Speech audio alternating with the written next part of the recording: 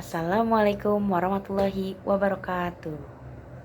Alhamdulillahirrabbilalamin. Wassalatu wassalamu ala asrofil anbiya'i wal mursalin wa ala alihi wa sahbihi ajmain, amma ba'du.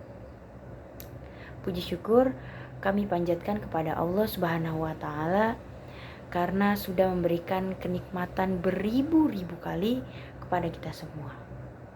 Tidak lupa sholawat serta salam kepada Nabi Muhammad SAW beserta keluarganya dan sahabatnya. Semoga kita semua mendapatkan syafaatnya dan mendapat petunjuk hingga hari kiamat nanti. Sebelum kita masuk ke pembahasan topiknya, aku mau cerita dulu kayak cerita pendek yang sebenarnya tuh ini aku denger waktu aku masih kecil, dan ini tuh emang diceritain sama mami aku waktu aku mau tidur. Ini jujur cerita pendek yang aku gak pernah bisa lupain karena kayak wow, itu bener-bener kayak ternyata cerita pendek ini tuh hikmahnya tuh besar sekali guys gitu. Jadi cerita pendek ini tuh tentang tukang tahu yang sering jualan di pasar. Tahu nggak sih yang tukang tahu yang sering kayak ngebakul gitu, yang di sini ditenteng sini. Nah, tukang tahu itu tiap hari perjalanannya tuh selalu dari rumah nih ya, naik ojek, terus naik angkot, baru nyampe pasar. Dari pasar dia naik angkot, naik ojek, dan nyampe rumah. Kayak gitu. Tiap hari tuh dia kayak gitu. Dan sampai pada akhirnya waktu itu dia mau berangkat ke pasar naik ojek nih. Nah, pas lagi di tukang ojek ini, lagi naik ojek ini nih, dia itu ternyata jatuh, kecelakaan tuh. Ya itu tuh kecelakaannya nggak begitu yang gimana-gimana sih, kayak oleng aja gitu katanya. Jadi karena mungkin keberatan karena tahunya itu ya, bakul tahunya, jadi ya tukang ojeknya terjatuh. Nah, setelah jatuh itu tahu itu bener-bener semuanya berserakan, gak ada yang selamat. Jadi kayak ya udah, itu tahu semua di jalanan full tahu semua yang udah hancur. Nah di situ tuh tukang tahu itu dia nangis, bener-bener nangis yang kayak dia tuh bingung gitu kan, kayak ini tahu aku semuanya jatuh dan habis, gak bisa lagi aku besok jualan. Dia mikir gitu kan, kayak gimana dong aku besok mau makan apa, karena nggak bisa jualan tahu karena memang harus ngumpulin modalnya lagi gitu kan, karena tahu itu semuanya ludes, jatuh di jalan begitu. Nah habis itu keesokan harinya dia itu nggak jualan ya kan, karena habis jatuh kemarinnya. Gak lama ternyata di berita itu ada kecelakaan di dekat rumah dia. Nah ternyata yang kecelakaan itu angkot yang biasanya dia naikin tiap hari.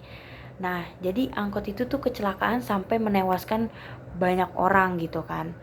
Nah di situ tuh dia langsung kayak sadar gitu kan, kayak oh ternyata ini loh yang Allah kasih tahu ke aku gitu loh, kayak dia jatuh di tukang ojek sebenarnya itu karena Allah tuh nggak mau dia itu kecelakaan di angkot itu gitu. Jadi kayak tukang tahu ini jadinya merasa bersalah karena udah berprasangka buruk, dan ternyata tuh prasangka buruknya itu salah gitu loh, dia tuh salah kaprah jadinya.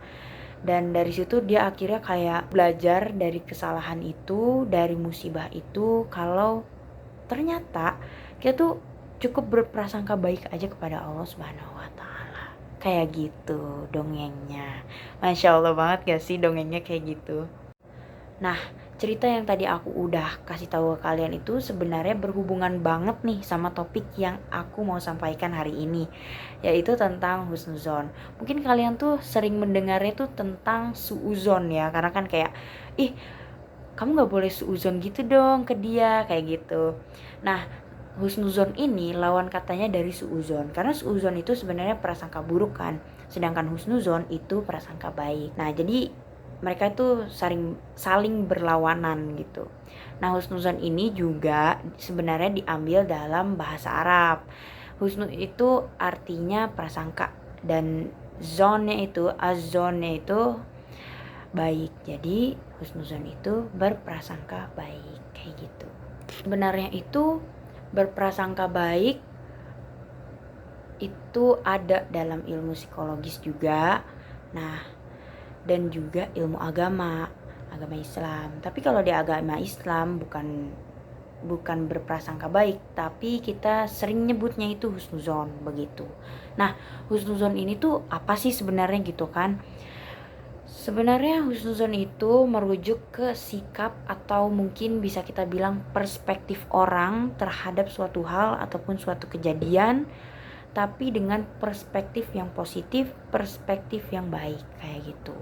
Sebelum aku kasih contoh dan perumpamaan husnuzon itu kayak gimana, aku mau kasih tahu husnuzon itu gak cuman husnuzon kepada Allah Subhanahu wa Ta'ala ya guys.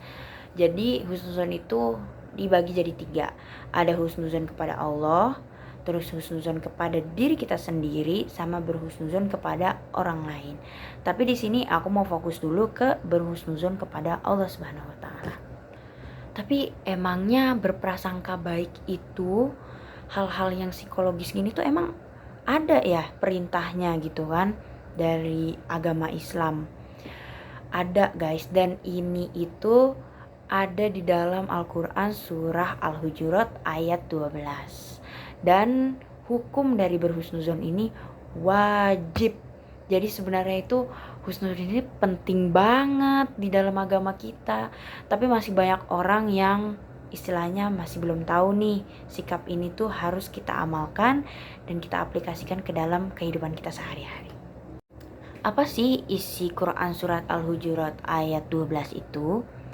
Nah, isinya itu, wahai orang-orang yang beriman, jauhilah banyak dari prasangka. Sesungguhnya sebagian prasangka itu dosa, dan janganlah kamu mencari-cari kesalahan orang lain, dan janganlah ada di antara kamu yang menggunjing sebagian yang lain. Apakah ada sebagian kamu yang suka memakan daging saudaranya sendiri? Tentu kamu merasa jijik.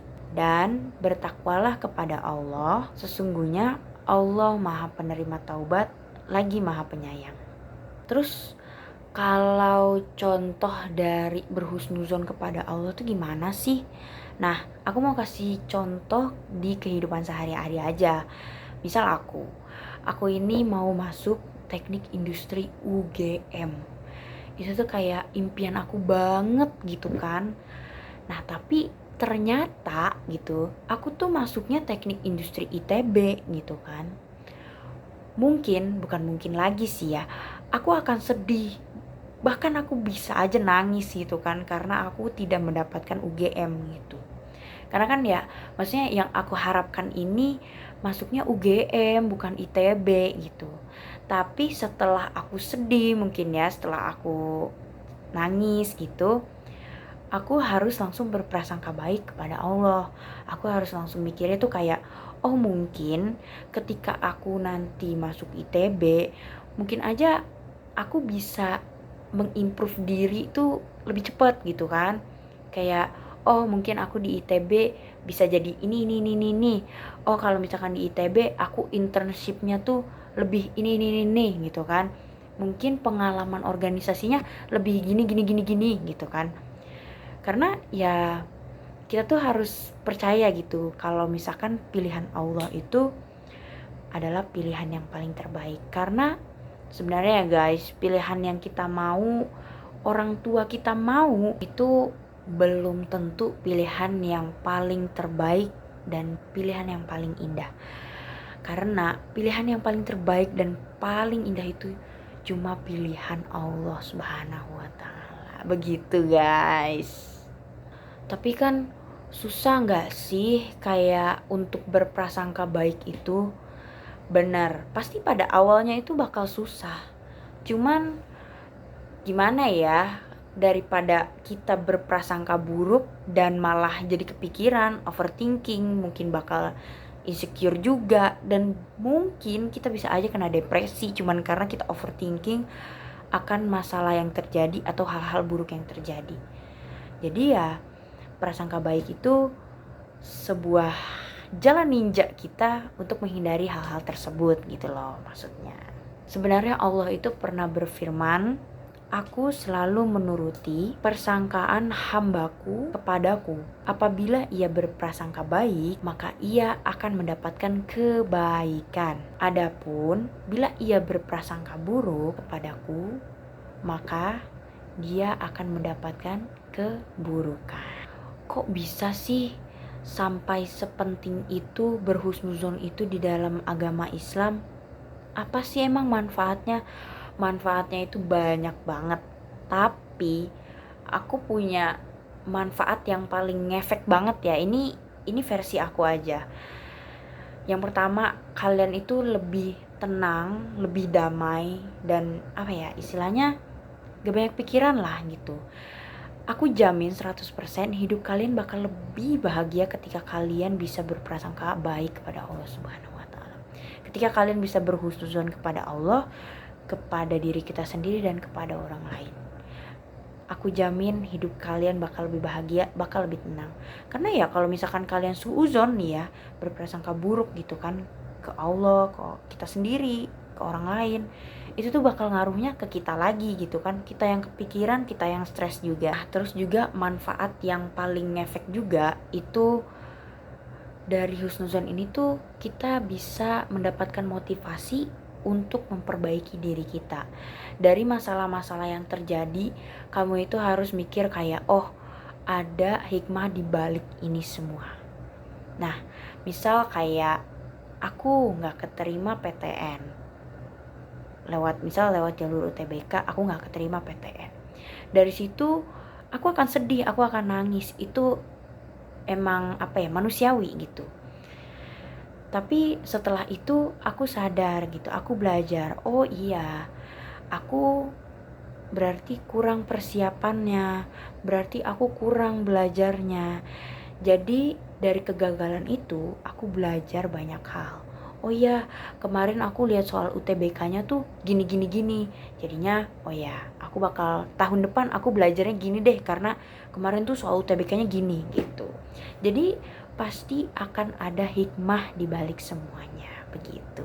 Dan sebenarnya masih banyak banget manfaat-manfaat yang bisa kita dapat ketika kita bersikap husnuzon kepada Allah, ke diri sendiri maupun orang lain. Tapi sekiranya itu aja yang bisa aku sampaikan pada hari ini. Maaf apabila ada salah kata atau mungkin ada kata yang kurang berkenan, dan terima kasih atas perhatiannya. Semoga kita bisa berjumpa lagi. Wassalamualaikum warahmatullahi wabarakatuh.